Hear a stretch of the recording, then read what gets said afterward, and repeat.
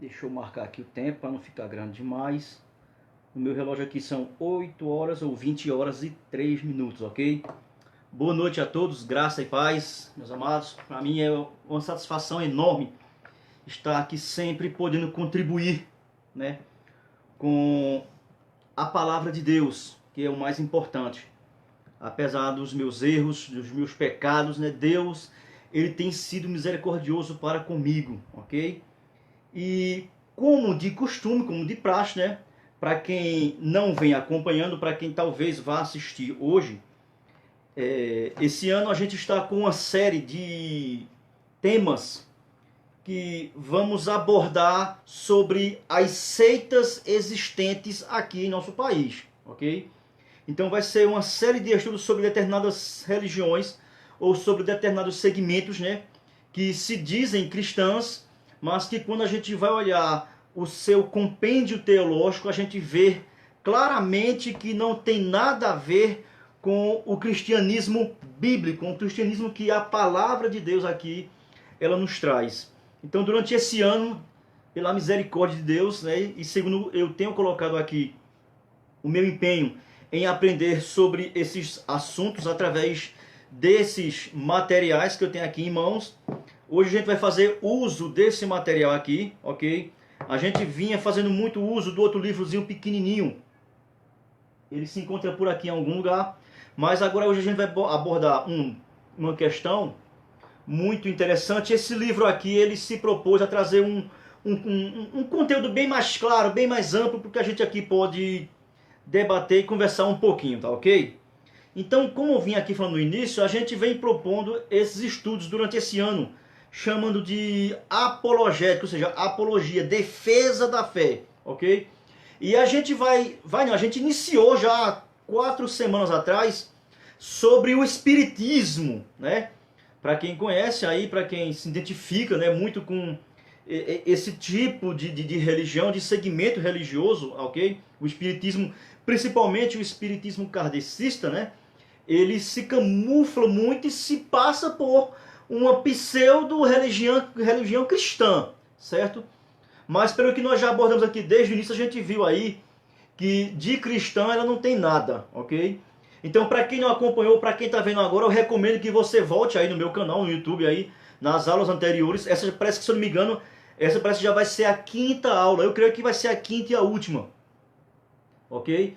Nós já vimos abordando desde o início, lá nas primeiras aulas, nós falamos um pouco sobre a origem do espiritismo, onde foi o seu pontapé inicial e quem foi o seu grande arquiteto para elaborar todo esse sistema, né, doutrinário espírita, né, com base em supostas revelações, visões e seja lá o que você queira chamar. Então, nas primeiras aulas nós vimos ali a sua origem, né? Depois, na próxima aula, nós vimos um pouco sobre como ela se subdivide, como é a sua ramificação, qual as suas linhas de pensamento, como é que elas transmitem cada ideia ali que eles tentam passar para os seus adeptos, ok? Então a gente vê ali que ela se divide em alguns grupos sectários, ok? Como tem a questão, né, da mesa branca, o espiritismo kardecista, aí tem a questão dos candomblés, das umbandas, quimbandas, tudo que vem que envolve questão de magia negra, de feitiçaria, de adoração de objetos, de amuletos, toda essa mistificação e sincretismo aí englobado, inclusive infelizmente muitas questões que é visto no espiritismo, é visto também em outras religiões, infelizmente é visto também dentro do catolicismo, tem um pouco de misticismo misturado. Muitas igrejas pseudo-evangélicas também, elas se utilizam de certas questões que são peculiares ao ramo do espiritismo, e essas outras denominações elas também fazem uso dessas coisas aí, ok? Então a gente viu um pouco sobre isso aí. E dois dos ramos, duas doutrinas, dois ensinos fundamentais do espiritismo é a questão da reencarnação, que nós vimos aqui alguns detalhes, algumas linhas, algumas posições que certos espíritas defendem, enquanto que outros espíritas de uma outra linha eles não creem da mesma forma, eles têm lá suas motivações, suas ideias, suas maneiras de como crer nessa questão da reencarnação, que é um dos pilares desse segmento religioso, que é a doutrina da reencarnação, né? É o chamado karma, aquele processo que é nasce, morre, renasce, morre, renasce, morre, nasce, morre, interminável, e que segundo eles esse processo se conclui quando o espírito evolui de uma forma perfeita, que vira um espírito de luz, e que aí ele vai morar não sei aonde mais, ok? E até hoje nenhum deles consegue provar ou mostrar alguém que atingiu esse nível de evolução para que a gente possa crer nisso. Eles nunca vão conseguir mostrar, porque a gente sabe que isso é uma falácia, isso é charlatanismo, isso é mentira, ok? Isso é, como diz a Bíblia, ensinos de demônios. E a linha kardecista, ela crê de algumas formas diferentes na questão da reencarnação, como nós vimos aí. Eu deixei um pouco bem ali explanado. Claro que eu não falei tudo, não tem como eu esgotar todo o assunto sobre a questão do espiritismo, ok? Tem muitos, você pode pegar algumas coisas que eu falo, depois você consulta outros vídeos, vai buscar, junta aí, você vai ter grande material aí para você fazer uma pesquisa bem legal, para você ficar por dentro do assunto, tá ok? E na última aula aí a gente falou, eu dei uma conclusão final, que faltou algumas coisas eu falar sobre a questão da reencarnação, e a gente ia entrar na questão última desse ensino espírita, que está ligado com o ensinamento de se falar com os mortos, né?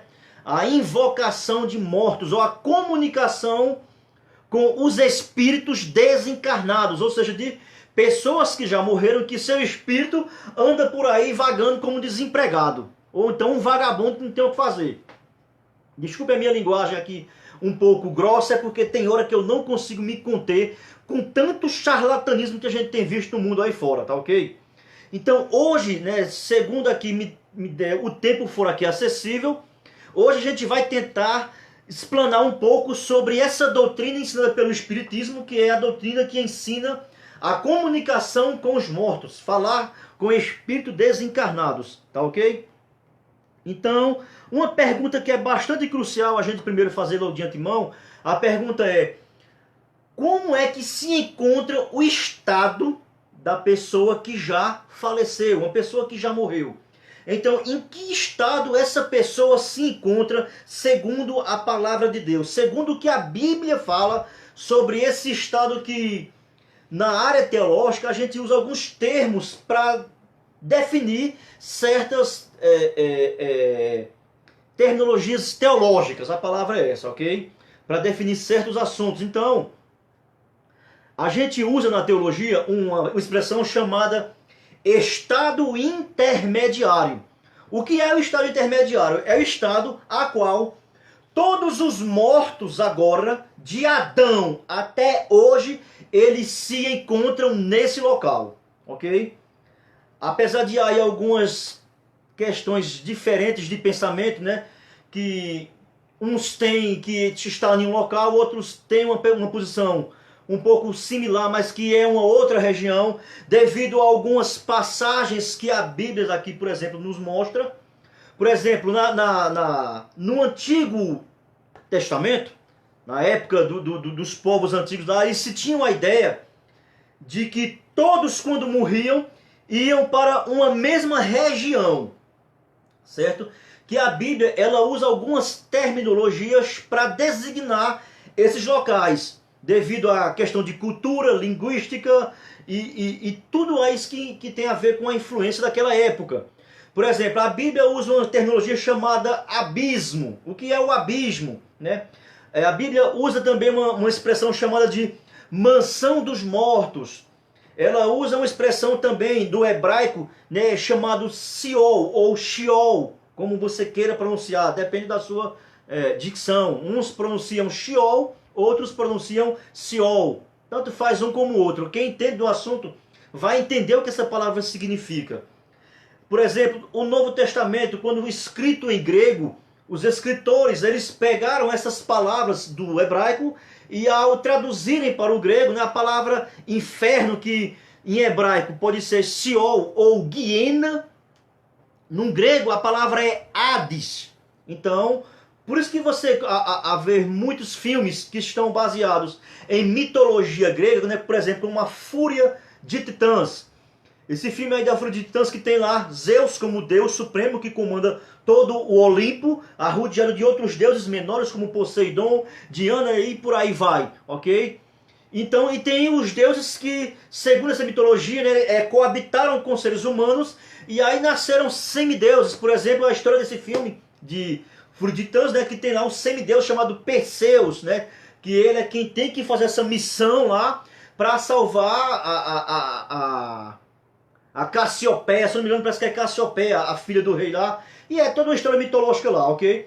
Então, devido a uma confusão na mitologia grega, né, uma disputa, vamos assim falar rapidamente, entre Zeus e seu irmão Hades, né? Então, Hades ele foi condenado a viver no mundo subterrâneo, na mansão dos mortos, no abismo lá. Então, Hades ele é quem é o deus, por exemplo, o deus do inferno, das regiões inferiores da Terra, numa linguagem humana, tá ok? Então é isso que mais ou menos a gente tem, quer aqui passar, para que você possa entender um pouco o que a Bíblia utiliza, essas terminologias, para que você possa entender sobre a linguagem, ok?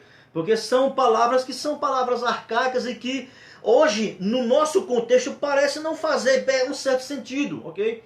Mas lá eles tinham a sua cultura, eles tinham o seu entendimento sobre essas questões. Então, segundo essa posição compreendida naquela época, todas as pessoas que morriam, elas desciam para essa região, e aqueles que morreram confiando nas promessas de Deus, confiando na promessa do Messias, que morriam em obediência à lei de Moisés, não porque cumpria a lei, porque o Novo Testamento ela vai mostrar que não é bem dessa maneira que a salvação era executada no Antigo Testamento. A princípio, no Antigo Testamento, eles não tinham essa ideia de salvação bem mais apurada como Jesus trouxe luz com o ensino do Novo Testamento, ok? Eles não tinham essa dimensão. É porque aqui, ó, a gente vai ter que entrar em outras áreas para chegar aonde eu quero chegar. É muito complicado, ok? Mas eu vou aqui tentar resumir, dar um panorama para que você possa ter um pano de fundo para poder entender esse assunto que a gente vai falar aqui sobre invocação de mortos. Tá ok? Então, por isso que você, ao ler a Bíblia, em Lucas, aqui, que tem aquela história de Lázaro e do rico, que um ao morrer foi levado para o Hades, e o outro que era temente a Deus, aí ao morrer, ele foi levado pelos anjos para o seio de Abraão. Então, nessa dimensão espiritual chamada de mundo dos mortos, chamada de Tártaro, de Guiena, lago de fogo, inferno, sepultura, cova, tudo vai depender do contexto a qual você está lendo. Está inserida a palavra. Então, a palavra ela vai ganhar uma interpretação clara dependendo do contexto como ela está sendo inserida. Então, todos estavam nessa mesma região, só que separados ambos por um abismo. Existia um abismo, segundo o relato ali que Jesus está falando, que um não podia passar para o lado do outro devido a esse abismo. A gente vai falar um pouco mais sobre essa questão lá na frente, ok? Mas e hoje em dia? Então, naquela época, todos que morriam, segundo a linguagem que a Bíblia utiliza, uma linguagem humana, para a gente poder entender algo que está no mundo espiritual, ele procura palavras de compreensão humana para que a gente possa entender mais ou menos de como é essa situação. Mas com a morte de Cristo e com a mudança dessas questões, que o sacrifício de Cristo trouxe na cruz, por isso que você vai entender quando você lê Apocalipse capítulo 1, no verso 18, se não me engano, diz que eis que estou vivo e fui morto. Mas estou aqui com as chaves da morte do inferno. Entendeu? Então Jesus tem as chaves do inferno. Não é Satanás que tem a chave do inferno, ele não tem chave de ninguém, ele tem. Certo? Vamos parar com isso que Satanás é quem manda no inferno, ele não manda em nada. Ok? Quem manda em tudo é o Eterno, é o Todo-Poderoso. É o Senhor dos Senhores, o Rei dos Reis. Ok? Então, quando você vai ler, por exemplo, uma passagem de Efésios no capítulo 4, diz que ele, ao descer, né, levou cativo o cativeiro, para as alturas, e aí ele deu dom aos homens, aí vem dom de pastor, de ministério, de profeta, de evangelista e por aí vai. O texto não é isso o foco que eu quero. Mas com essa ressurreição de Cristo, ele removeu essa parte que estava lá junto com os outros e agora está em cima. Então por isso que no Novo Testamento, ao você ver alguns relatos sobre pessoas que morrem, o texto diz que essas pessoas agora se encontram na presença de Deus em cima, enquanto que no Antigo Testamento era embaixo, todos, com uma divisão. Tem pessoas que não creem muito nessa hipótese, né, porque diz que isso foi uma hipótese ou uma superstição que surgiu num período interbíblico e aí foi aumentando, ganhando peso, e Jesus pega e cita ela. Eu creio que Jesus não ia citar uma coisa que surgiu assim do nada, não. Né? Se Jesus ele usou essa questão, ele trouxe isso, então alguma relevância tem. Ok? Então essa é a situação. Então quem morreu? A Bíblia diz que o corpo que é feito pelo pó da terra, ele vai voltar para o pó.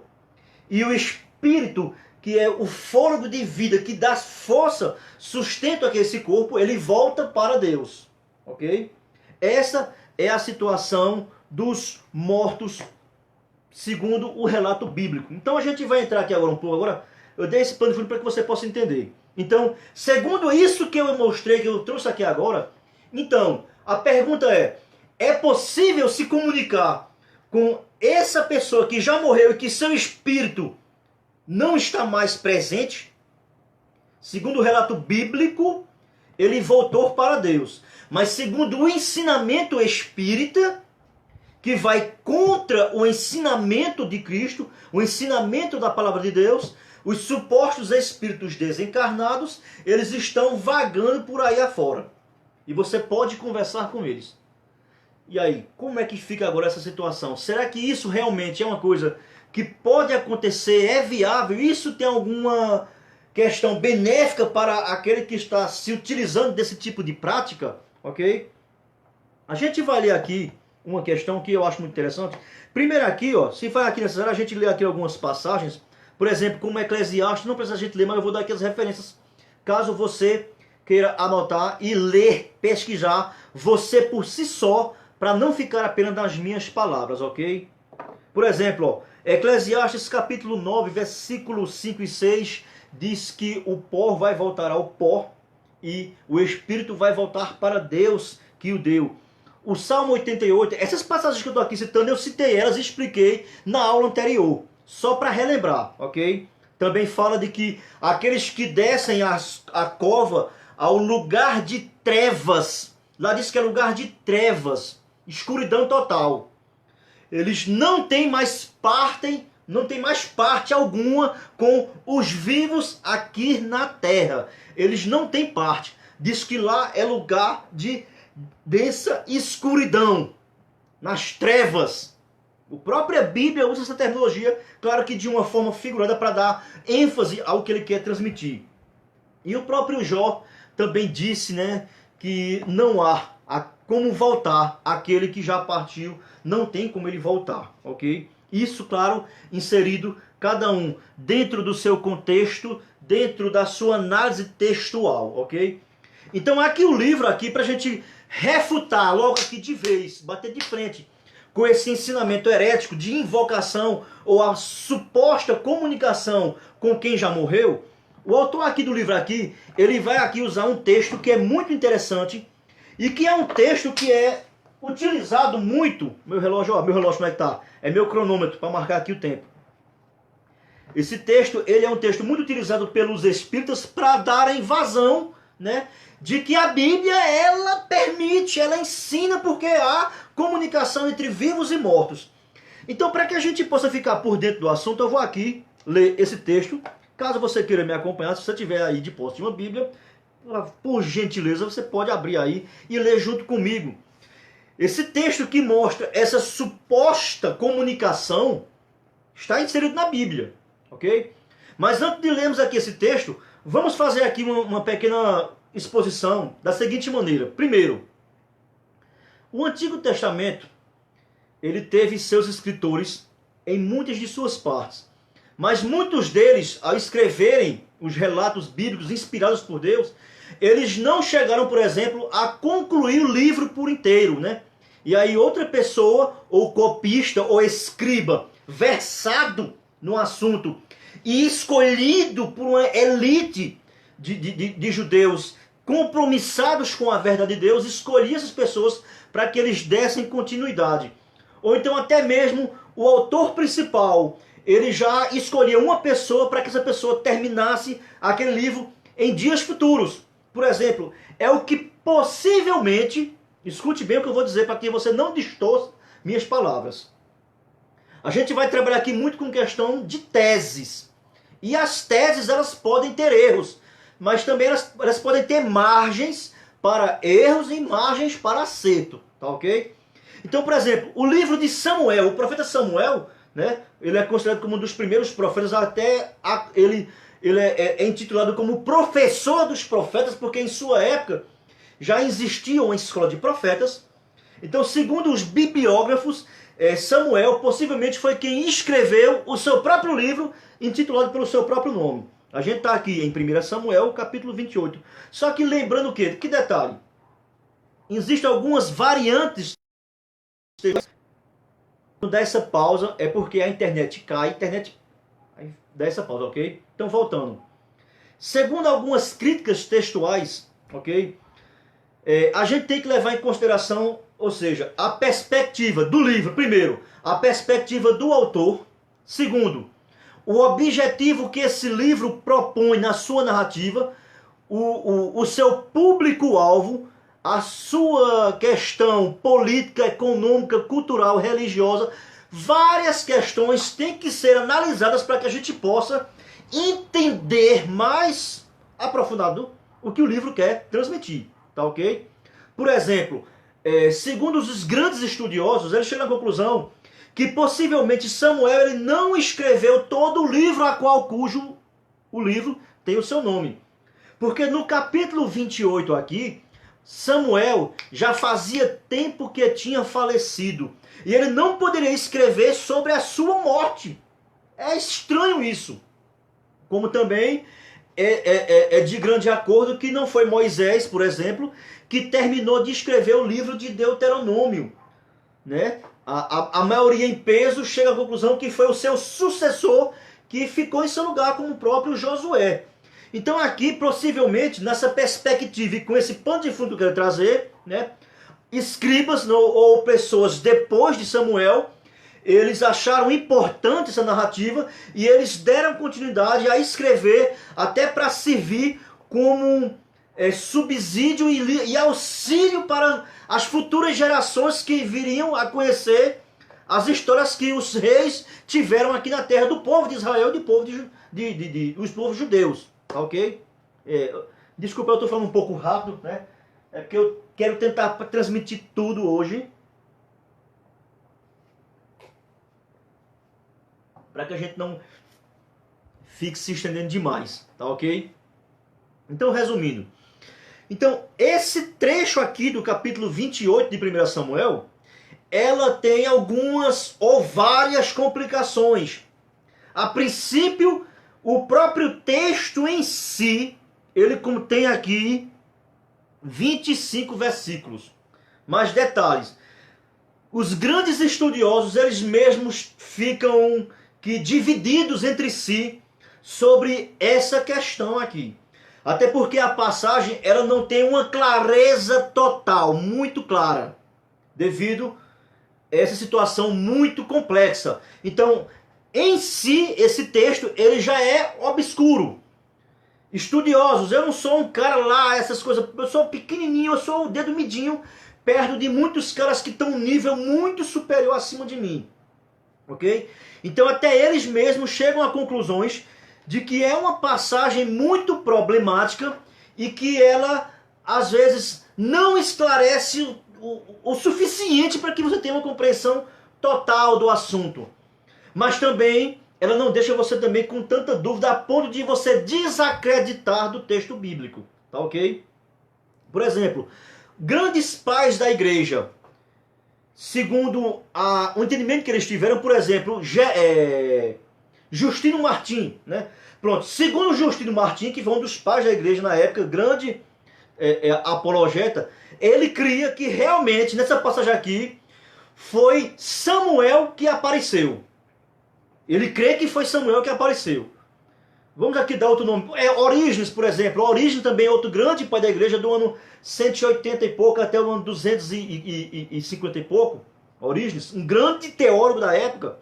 Orígenes, ele também tinha a interpretação, a conclusão de que realmente era Samuel, que foi Samuel que apareceu aqui nessa, eu vou chamar sessão espírita, ok? Para que a gente, porque esse é o nosso foco, é o nosso estudo, então eu não vou mudar o assunto, a palavra é essa.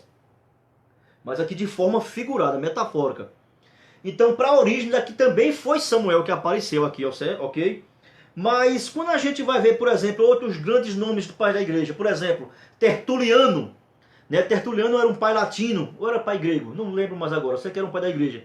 Tertuliano, ele não aceitava essa ideia, ele não cria que aqui realmente foi Samuel que apareceu. Jerônimo também, o autor da Vulgata Latina, Jerônimo ele também não aceitava, ele não cria que aqui foi o próprio Samuel que apareceu. Já mais para frente, na época da Reforma, do ano 1500, tivemos o grande reformador Lutero. Lutero também ele não aceitava e não cria que aqui foi o Samuel, o professor Samuel que apareceu. Outro reformador, grande reformador, João Calvino, né? Apesar de não concordar com o seu calvinismo, a sua maneira, né, de ver só a questão da salvação, mas foi um grande homem de Deus. Ele também chegou à conclusão que ele também não era Samuel que tinha aparecido, ok? Mas o autor aqui do livro, ele pede para que a gente faça uma leitura desse texto, tirando algumas conclusões e ver se realmente há possibilidade de haver comunicação com os mortos. Então, esse é um pano de fundo desse capítulo 28. É um capítulo problemático, complexo, mas que ele dá um pouco de luz sobre esse entendimento, sobre esse assunto, tá ok? Então, esse capítulo 28 nos diz assim, primeiro, antes de lermos, temos que entender o seguinte, a essa altura da vida aqui, o rei Saul, ele já estava totalmente desprovido de toda a ação divina em prol da sua vida e do seu reino, ok? Ele já tinha sido desprovido, Deus já não tinha mais nada em comum com ele, já tinha dado por perdido. O próprio Saul, ele já sabia que o seu trono ia ser destronado do trono do seu reino. Ele já sabia que Davi estava para assumir futuramente seu lugar. Ele não tinha mais mensagens de Deus. O Urim e o Tumim, que era um processo que o sacerdote fazia lá com certos rituais para que Deus se manifestasse, para que Deus falasse. Ou seja, havia cessado tudo de Deus na vida do rei Saul. E isso já há um bom tempo. E essa questão, ela é uma questão que envolve o nosso psique, a questão da nossa fragilidade emocional psíquica, né?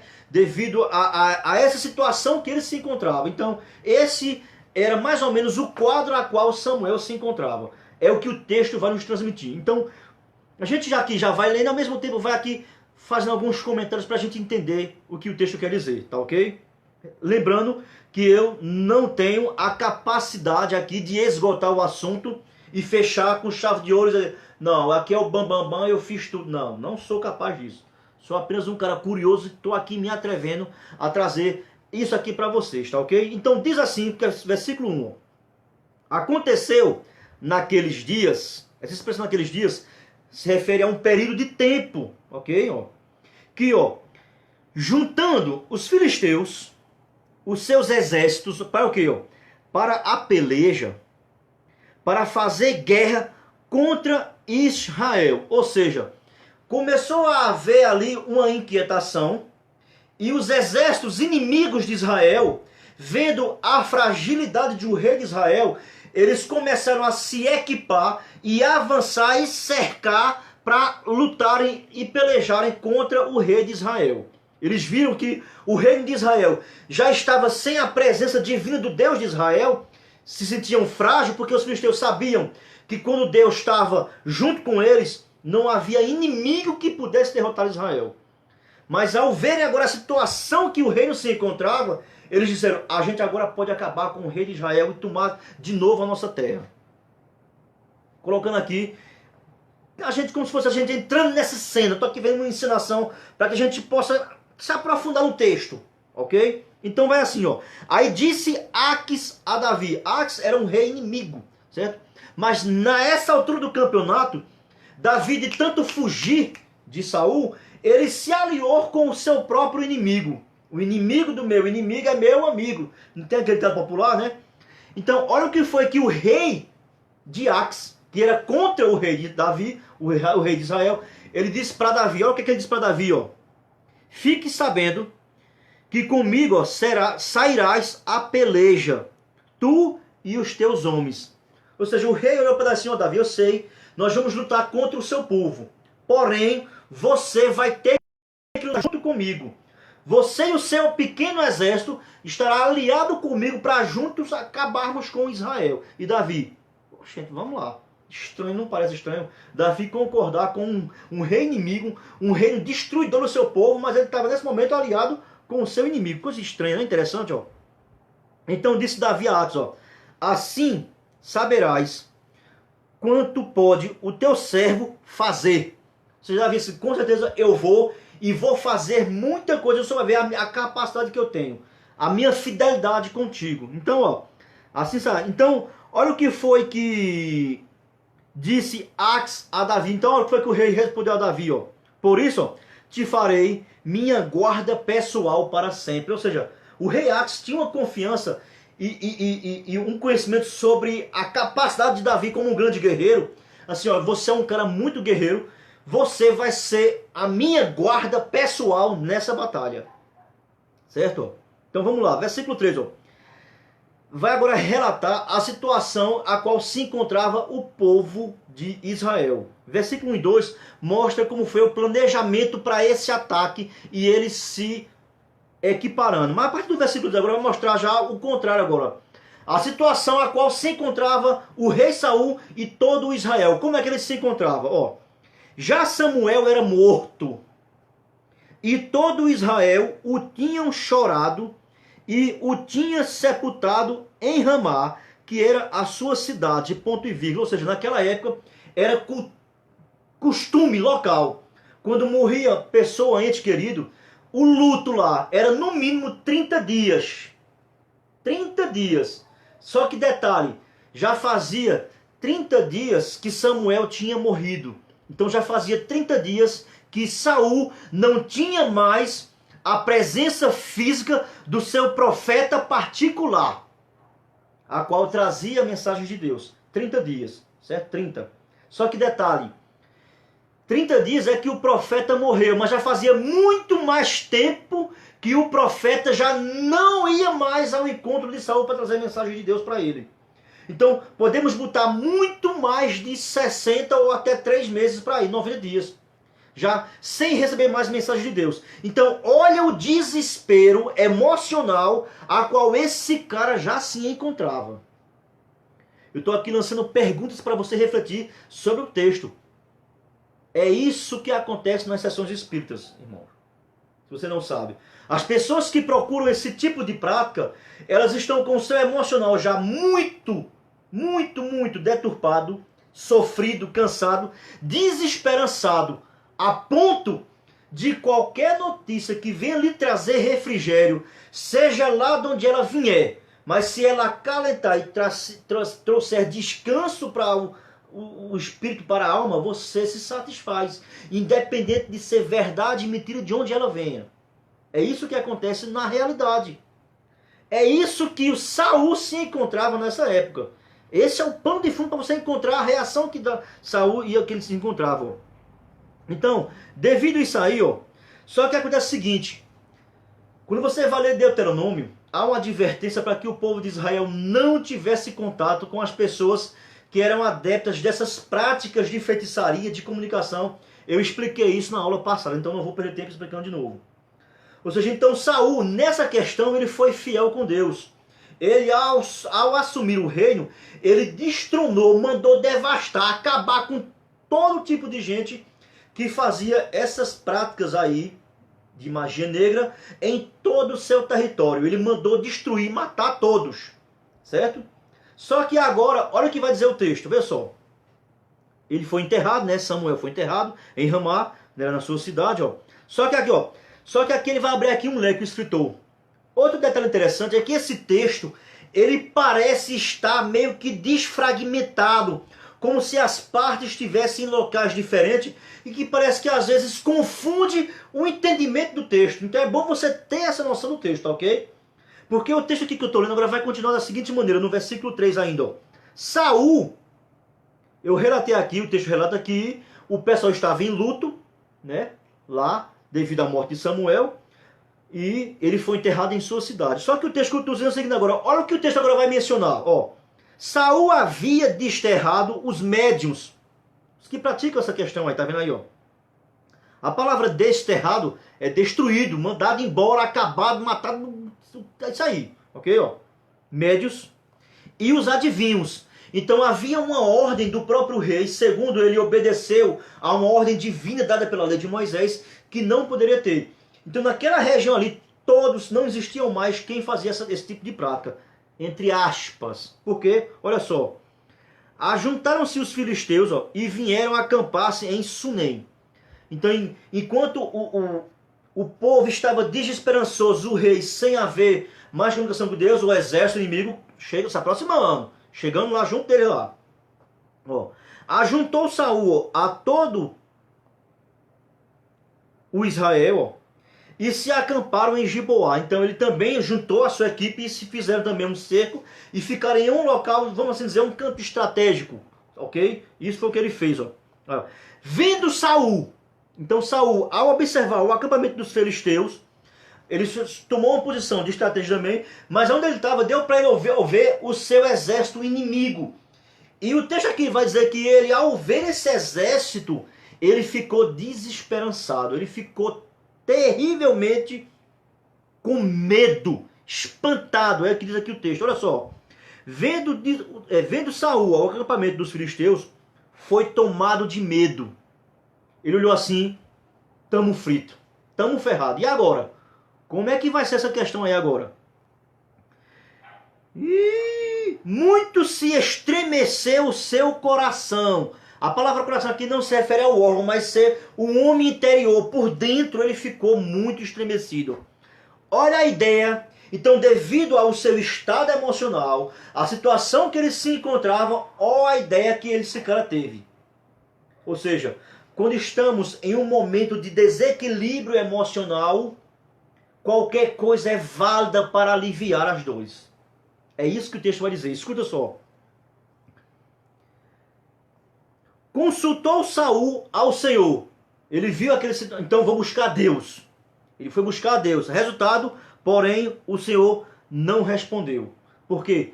Detalhe, já fazia tempo, muito tempo, que Deus não queria mais nada com Saul. Saul pisou tanto fora, fez tanta coisa errada, foi tão rebelde que Deus disse, não, agora já chega. Não adianta, não quero mais, não vou voltar atrás.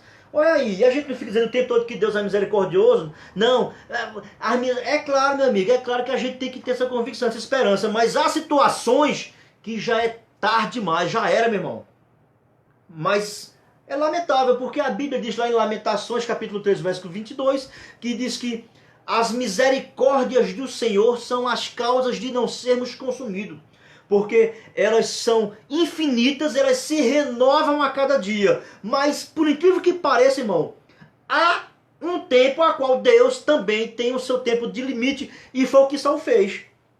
A prova está aqui. Deus não respondeu, não houve mais misericórdia de Deus. Olha aí que coisa interessante. Não parece contraditório? Cuidado para não pegar essa situação que eu trouxe aqui agora, que eu criei, e falar que a palavra de Deus ela é contraditória. Viu? É você, espírita, que você é que gosta de dizer isso. Que ela foi escrita por homens e por isso que ela tem contradições. Não são contradições. São formas de se mostrar a mesma situação, tá ok? Então, Saul foi consultar a Deus sem resposta. Nem por sonhos, porque era uma outra maneira naquela época a qual Deus também utilizava. Ou seja, Deus tem a sua multiforme graça de se falar com os seus servos. Então ele utilizava o Urim e o Tumim, que é o que aqui vai falar logo aqui depois, os seus próprios profetas, através de sonhos, de visões, tinha mil e uma infinitas formas de Deus falar com o seu povo. E Saul consultou todas elas sem nenhuma resposta positiva. Daí o seu desespero só mais aumentou ainda. Então é o que o texto aqui vai dizer. Ó. Não respondeu nem por sonhos, nem por Urim, nem por profetas.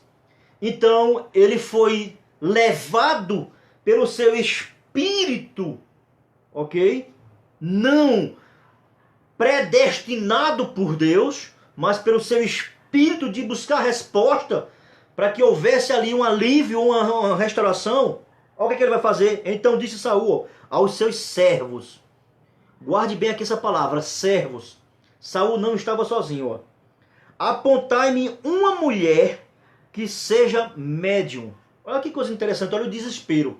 Ele mesmo foi um cara utilizado por Deus para destronar todo esse tipo de gente. E agora ele chega com uma decisão, pela sua falta de equilíbrio, a se buscar uma dessas pessoas. Olha que coisa interessante. Ó, para que me encontre com ela e consulte. Disseram os seus servos, ó, há uma mulher em Endor que é médium. Ou seja, coisa interessante aqui, ó.